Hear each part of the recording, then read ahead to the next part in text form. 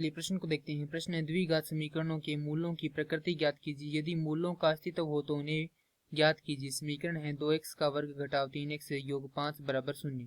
प्रश्न को हल करें उससे पहले जो प्रश्न की मुख्य अवधारणा है उस पर विचार कर लेते हैं। तो इस प्रश्न के लिए जो मुख्य अवधारणा है वह हो जाएगी कि द्विघात समीकरण क्या होती है। तो वह समीकरण जो ax का वर्ग योग bx योग c बराबर 0 के रूप के हों द्विघात समीकरण कहलाती है। समीकरण दी गई है हमें 2x का वर्ग घटाव 3x योग 5 बराबर। हमें क्या करना है, इस द्विघात समीकरण के मूलों की प्रकृति ज्ञात करनी है। तो यहाँ पर हम लिख सकते हैं कि विविक्तिकार से जब b का वर्ग घटाव 4ac बराबर हो 0 के, तब जो मूल हैं वह क्या होते हैं, वास्तविक होते हैं तथा बराबर होते हैं।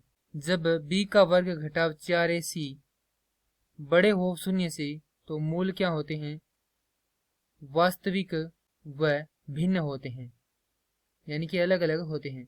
उसके बाद जब b का वर्ग घटाव 4ac छोटा हो 0 से तो जो मूल हैं वह क्या होते हैं, अवास्तविक या वास्तविक नहीं होते हैं।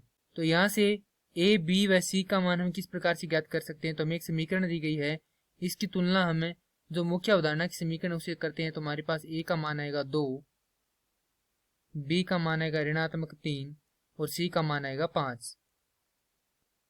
तो यदि हम b का वर्ग घटाव 4ac में मान रखते हैं तो हमारे पास प्राप्त होता है b का मान हमारे पास ऋणात्मक 3 का वर्ग घटाव 4 गुणा 2 गुणा 5, क्योंकि a का मान 2 है और c का मान कितना है, 5 है। तो हल करते हैं तो हमारे पास आ जाएगा 9 घटाव 40, तो ये आ जाएगा ऋणात्मक 31। और जैसा कि हम यहाँ से देख सकते हैं कि b का वर्ग घटाव 4ac क्या है, छोटा है 0 से। तो यहाँ से हम लिख सकते हैं कि मूल वास्तविक नहीं है। मूल वास्तविक नहीं है तो उनका अस्तित्व भी क्या है, संभव नहीं है। मैं आशा करता हूँ कि यह प्रश्न आपको समझ में आया होगा। धन्यवाद।